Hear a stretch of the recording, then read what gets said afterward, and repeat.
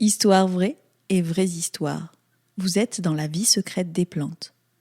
Pour ce 3e épisode, je me glisse dans la peau du chardon. Aïe, ça pique.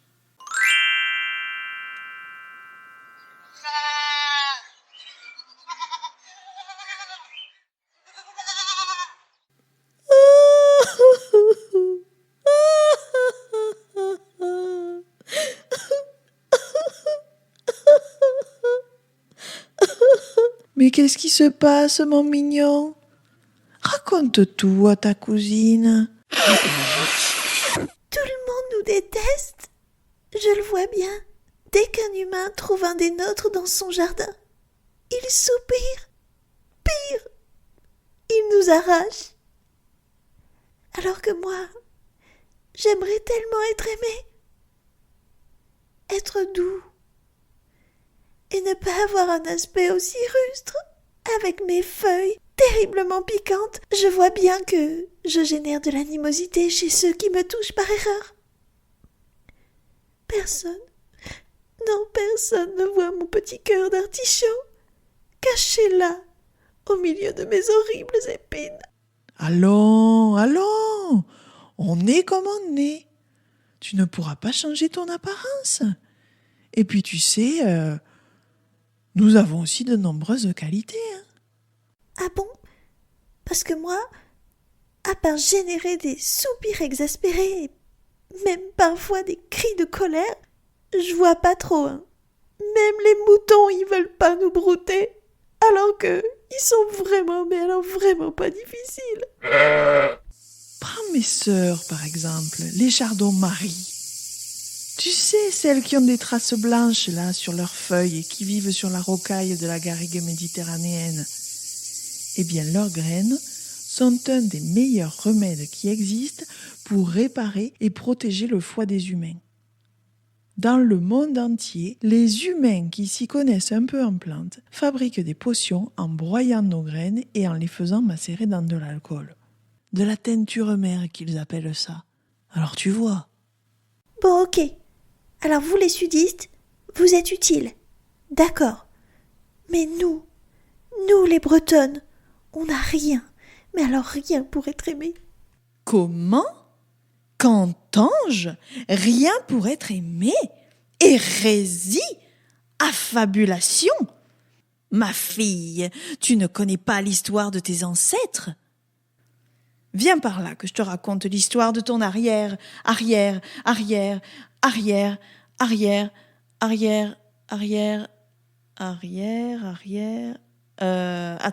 je me perds un peu dans les arrières là. Bon, en tout cas, ça remonte au XIIIe siècle.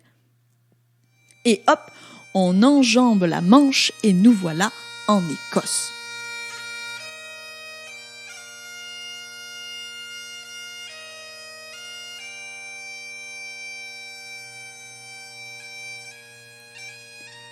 Les vagues écumantes giflent les falaises couvertes d'un tapis moelleux et émeraude. Mouettes et goélands se disputent des restes de poissons dans un piaillement colérique. En amont se dresse fier, fort et rebelle le château d'Aberdeenshire. Il toise du haut de ses tours la flotte viking qui approche à grande nœud. Le seigneur Stains, protecteur du château, regarde d'un œil inquiet les têtes de dragons sculptées à la proue des dracars. Des siècles durant, les Écossais ont réussi à repousser les assaillants. Mais cette fois-ci, il va falloir la jouer fine. Les Vikings sont réputés pour leur ruse et leur force. Il se doit de repousser ce nouvel envahisseur. L'avenir de son pays repose sur ses épaules. Et puis, il est hors de question qu'il échange son précieux haggis contre du poisson fumé et que ses petits-enfants commencent à parler cette drôle de langue. Il regarde au loin et se cure l'oreille avec l'auriculaire, signe chez lui de grande nervosité. Puis il s'adresse à son sous-officier. Malcolm, va chercher Blair, Chined et Laclane et dis-leur on ne peut gagner sa liberté qu'en montrant à l'ennemi que l'on est prêt à tout pour l'obtenir. D'accord, Seigneur. Mais concrètement, qu'est-ce que vous voulez qu'ils fassent là, vos collègues ? Les chevelus aux gros muscles approchent. Il est temps. On va se la jouer à la carcassonnaise. C'est-à-dire, moi je vois pas trop. Mais si, Chardon, c'est ton pays quand même. Tu sais, la forteresse où ils ont jeté leur dernier cochon par-dessus les remparts pour faire croire à l'ennemi que leur restait encore plein de victuailles. Mais si, tu sais, Dame Carcassonne, Dame Carcassonne. Oh, j'ai adoré cette histoire. C'est ma grand-mère Nora qui me l'a racontée quand j'étais petite. Ah oui, c'est vrai. Ah oui, moi aussi on me l'a raconté quand j'étais petite. Seigneur, on a un point commun, dis donc. Mais il va rien vous rester à manger si vous jetez tout. Il me semble que vous mangez des patates tous les jours, non, depuis lundi ? Malcolm, vas-y, jette, on verra bien. Ça va peut-être les décourager.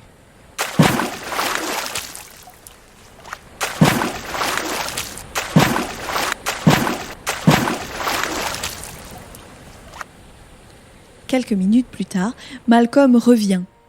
Ils ont jeté 15 sacs de pommes de terre à la mer. Il est tout fier.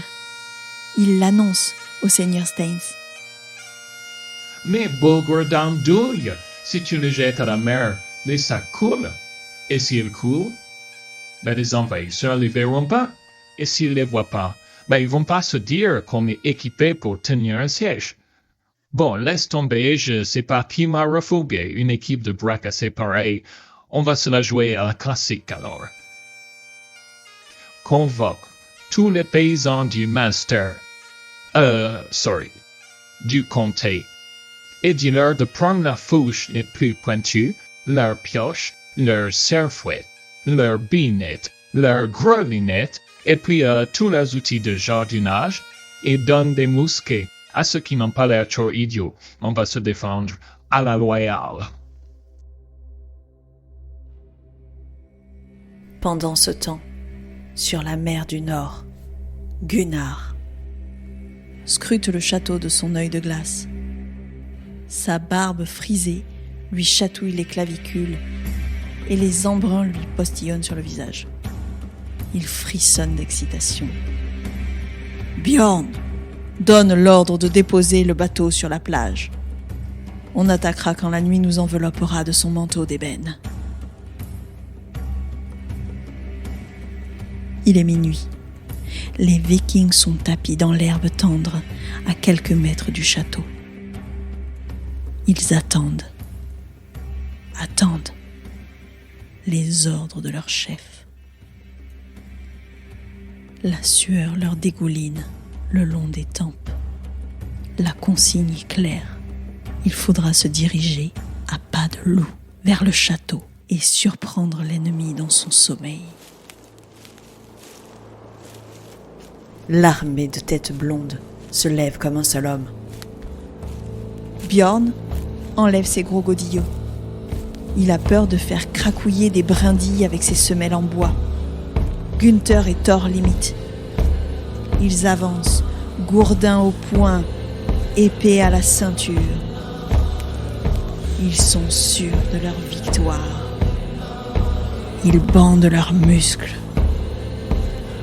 les nerfs à vif. Quand tout à coup, Aïe! Aïe! Aïe! Aïe! Aïe! Aïe! Aïe! Oh! Ouch! eh oui mon jardinou chéri, tu as deviné. Tes ancêtres, grâce à leurs pointes acérées, ont vaillamment piqué les pieds des envahisseurs. Leurs cris de douleur ont alerté les troupes du seigneur Staines. Ces derniers, armés jusqu'aux dents et motivés pour défendre coûte que coûte leur territoire, ont emporté la victoire. Et c'est comme ça qu'ils ont gardé leur indépendance pendant encore plusieurs siècles, avant de se faire envahir par les British. Tu comprends maintenant ? Les qualités et les défauts, ça n'existe pas. Ce qui est un défaut peut devenir dans certaines circonstances une qualité, et vice-versa. Et c'est comme ça que nous, les chardons des champs, les plus communs qui soient, nous sommes devenus l'emblème de l'Écosse. Notre légende a perduré pendant des siècles, tant et si bien que Jacques Stuart, roi d'Angleterre, d'Irlande et d'Écosse, a créé en 1687 le très grand et le très noble ordre de chevalerie du Chardon.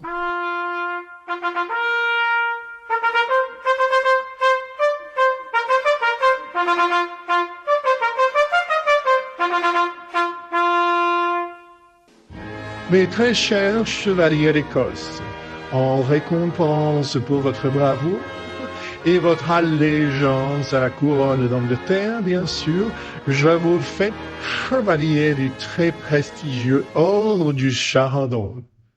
Waouh! On a un ordre de chevalerie rien qu'à nous alors. Oui, et il est encore utilisé de nos jours. C'est un peu l'équivalent de la Légion d'honneur en France, mais en bien plus classe. Pour te donner un exemple, la reine Camilla, la femme du roi Charles III, a été nommée dans l'ordre du Chardon en 2023. Elle avait un joli béret vert avec un énorme plumeau blanc dessus. Non, je te crois pas. La reine d'Angleterre, carrément. Arrête. Oui, mais le roi aussi, et des personnalités importantes d'Écosse. Ils portent tous, en plus du chapeau, une grosse chaîne en or qui brille, avec un pendentif et un écusson où sont représentées nos feuilles et notre jolie fleur pourpre en pompon. Waouh! Trop stylé! Attends, et c'est pas tout, Il y a aussi une devise, inspirée directement de nos caractéristiques botaniques. Nemo me impune lacessit. Ça veut dire personne ne me provoque impunément. Un hommage direct à nos épines, si tu veux mon avis. Là-bas, en Écosse, nous, les chardons, nous sommes de vraies stars. La plante la plus importante et la plus glorifiée du pays, un symbole de résistance à l'oppresseur. Oh là là, mais je suis drôlement fière d'être un chardon maintenant. C'est vrai, ceux qui veulent pas se piquer, ils ont qu'à faire attention à l'endroit où ils mettent les pieds. Et puis, notre fleur, avec sa collerette bombée, piquante et son assemblage de petits tubes rose-violet, elle est vachement originale. Dans un pré, on la voit de loin. Et puis, on est tellement coriace et tellement résistante que même les moutons nous laissent tranquilles. En fait, personne ne peut nous vaincre. Cher auditeur, est-ce que tu savais que l'Écosse est le premier pays à avoir pris une plante pour emblème national? D'ailleurs, la musique écossaise que tu as entendue pendant cet épisode s'appelle Flower of Scotland et c'est l'hymne national. Le chanter représente encore aujourd'hui un acte d'indépendance pour les Écossais. Je te laisse aller découvrir le petit scandale que ça a représenté quand les rugbymen ont osé le chanter au lieu de chanter God Save the Queen, l'hymne national de la Grande-Bretagne. Mais moi, je te raconte que l'histoire des plantes, alors je m'arrête là. Cet épisode a été écrit et réalisé par moi-même, Sharan. Et si tu veux venir écouter des histoires au détour d'un chemin, tu peux aller visiter mon site www.dame-nature.org. Si tu as aimé ce podcast et que tu as senti tout l'amour que j'ai mis dedans, n'hésite pas à laisser un commentaire, parce que ça m'encourage bien à continuer. À bientôt.